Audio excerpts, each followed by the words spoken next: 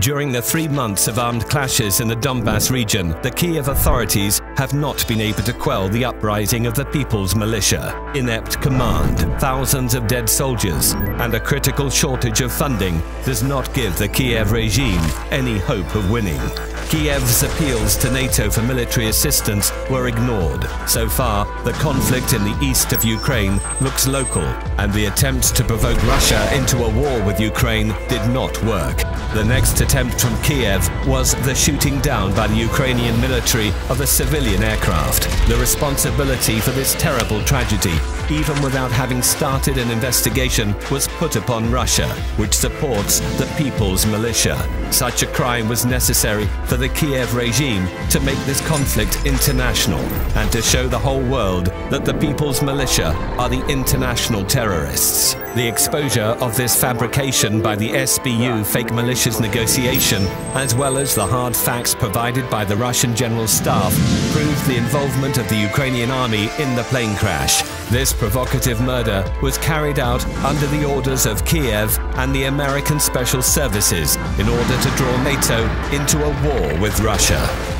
Why do Americans need this war?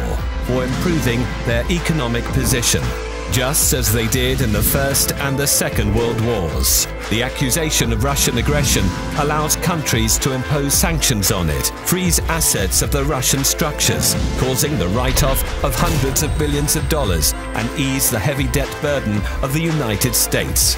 Broken economic relations with Russia are going to aggravate the condition of the European economy and weaken its position in competition with America.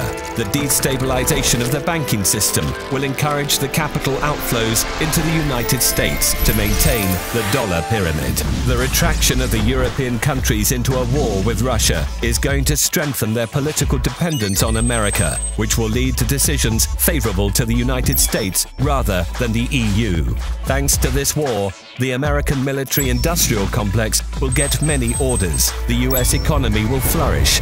Meanwhile, weakened by the war, Russia will be easier to control, as it used to be in the dashing 90s. Thus, after destroying the main competitors on the world's arena, America will get a strategic advantage in the fight for global leadership with China. In contrast to the EU and Russia's collapsed economy and piles of corpses, Americans will stay as winners.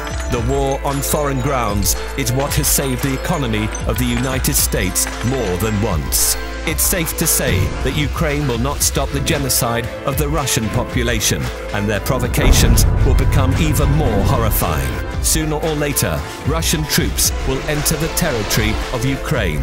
But to avoid millions of Russian, Ukrainian and European victims, the EU leaders must turn away from their overseas owners and admit that Russia does not only protect its national interests, but seeks to prevent the outbreak of World War III. Otherwise, the survivors of World War III are going to witness the new American economic miracle.